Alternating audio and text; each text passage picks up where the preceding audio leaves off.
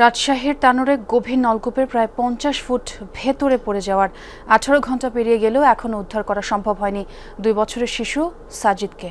Fire service জানিয়েছে 35 foot গভীর গর্ত করে নিচের দিকে নামতে শুরু করেছেন ফায়ার ফাইটাররা। ভোরে রাজশাহী ফায়ার সার্ভিসের সহকারী পরিচালক দিদারুল আলম জানান, 35 ফুট নামার পর শিশুটিকে না পাওয়া গেলে বিকল্প ব্যবস্থা নেওয়া হবে।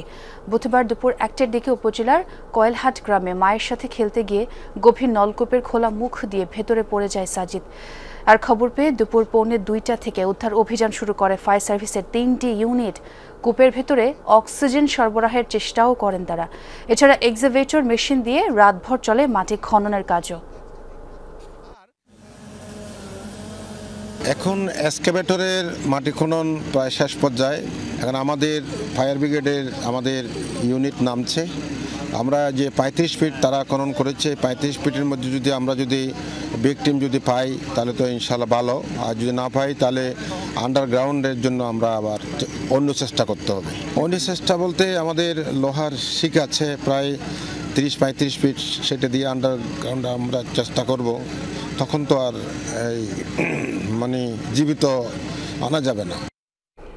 দুর্ঘটনাস্থলে আছেন আমার সহকর্মী শিবলি নোমান, তার সঙ্গে কথা বলতে চাই।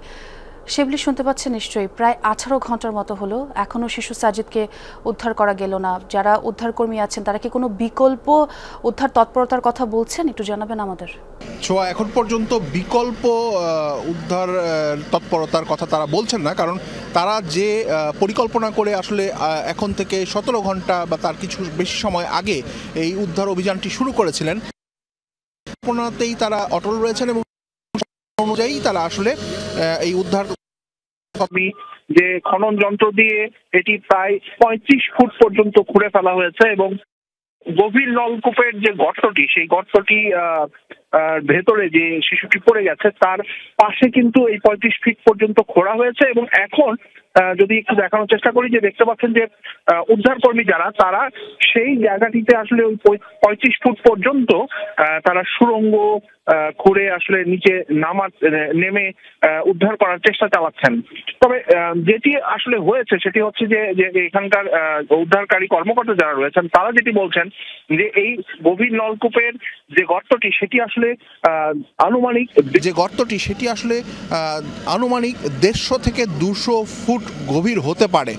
এখন যেহেতু এই যে 17-18 ঘন্টা পেরিয়ে গেছে, এখন এই অবস্থাতে যে শিশুটি পড়ে গেছে সেই শিশুটি আসলে ঠিক এই গভীরতার কোন পর্যায়ে আটকে রয়েছে সেটিও আসলে একটি বড় প্রশ্নের ব্যাপার। এবং আপনি যেটি বললেন যে বিকল্প উদ্ধার তৎপরতা বা উদ্ধারের কৌশল, সেটি তারা তখনই প্রয়োগ করবেন বা সেটি চিন্তা করবেন যখন এই 35 ফুট যেটি খোঁড়া হয়েছে তার মধ্যে যদি এই শিশুটিকে তারা না পান, সেক্ষেত্রে তারা বিকল্প পথে যাবেন বা বিকল্প পথে যাওয়ার কথা চিন্তা করবেন। তবে সেই ক্ষেত্রে তারা একটি নেতিবাচক আশঙ্কার কথা আমাদেরকে জানিয়েছেন উদ্ধার কর্মকর্তারা, যে যদি 35 ফুটের মধ্যে যদি পাওয়া না যায়, তারপরে যে প্রক্রিয়াটি, সেই প্রক্রিয়াটিতে গেলে আসলে জীবিত উদ্ধার করার কোনো আশা আসলে তারা দেখেন না।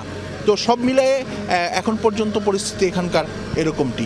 ছোঁয়া, শিবলি, আপনি থাকুন, আপনার সঙ্গে আবারও যোগ দিয়ে বাকি আপডেটটা জেনে নেওয়ার চেষ্টা করব।